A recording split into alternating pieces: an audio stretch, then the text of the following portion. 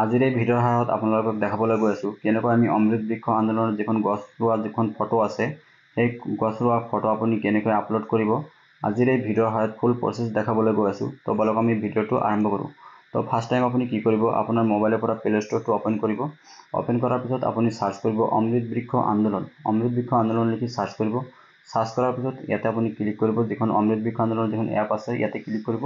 Click কৰাৰ পিছত ইয়াতে আপুনি ইনষ্টল কৰিব। তো মই যেটো ইনষ্টল কৰা আছে মই ডাইৰেক্ট কি কৰিম, অপেন কৰিম।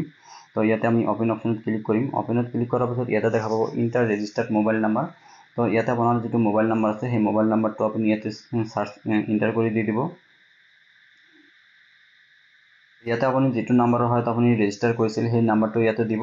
নাম্বাৰটো দিয়াৰ পিছত ইয়াতে দেখা পাব গেট OTP। ইয়াতে আপুনি গেট OTP অপশ্যনত ক্লিক কৰিব। OTP অপশ্যনত ক্লিক কৰাৰ পিছত আপোনাৰ OTP আহিব। সেই OTPটো আপুনি ইয়াতে ইণ্টাৰ কৰি দি দিব। তো OTPটো দিয়াৰ পিছত ইয়াতে দেখা পাব ক্যাপচা। ইয়াতে আপুনি ক্যাপচাটো বহাব।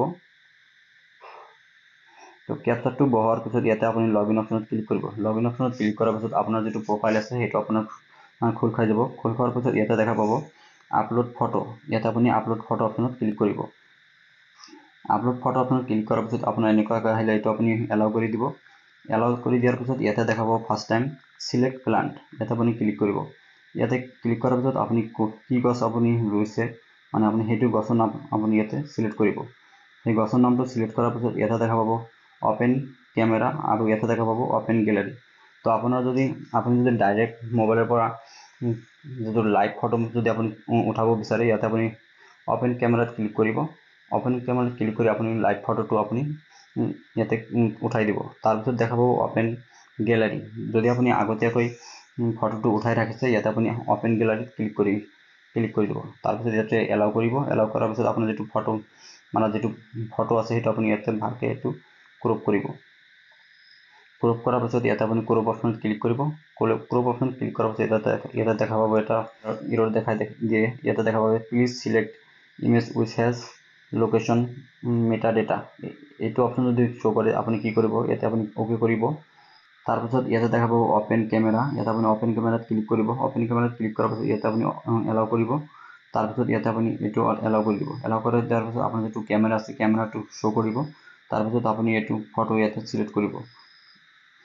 তো আপুনি লাইভ ফটো উঠাব। উঠাৰ পিছত ইয়াতে আপুনি সিলেক্ট কৰিব। সিলেক্ট কৰাৰ পিছত ইয়াতে আপুনি ভালকৈ ফটো আপুনি যেটো মাৰিব সেইটো ক্ৰপ কৰি ল'ব। ক্ৰপ কৰাৰ পিছত ইয়াতে আপুনি ক্ৰপ কৰি দিব।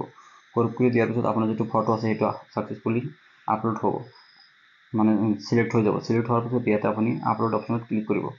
আপলোড অপশ্যনত ক্লিক কৰাৰ পিছত ইয়াতে দেখা পাইছে planet ID image ID has been successfully আপোনাৰ যেটো সাবমিট হৈ আছে সেইটো আপোনাৰ সাবমিট হৈ যাব।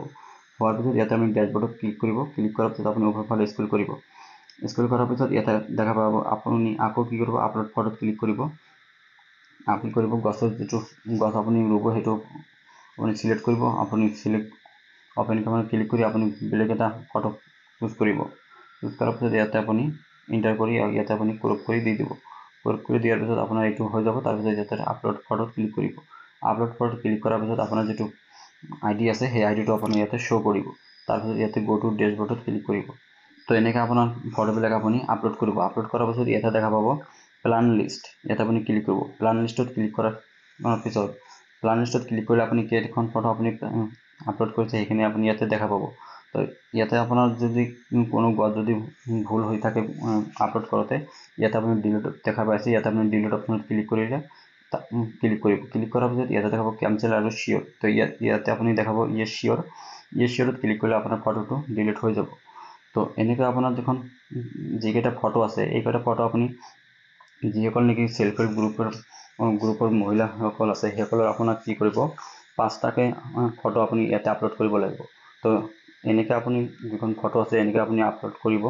তো এনেকৈ আপোনাৰ যিখন ফটো আছে গোটেইকেইটা আপুনি এনেকৈ আপলোড কৰিব লাগিব। তো আশা কৰি আপোনালোকৰ ভিডিওটো বহুত হেল্পফুল হৈছে। যদি ভিডিওটো চাই ভাল পাইছে ভিডিওটো এটা লাইক কৰি চেনেলটো সাবস্ক্ৰাইব কৰিব। তো আজিৰ কাৰণে এইখিনিয়ে, বাই বাই, জয় হিন্দ।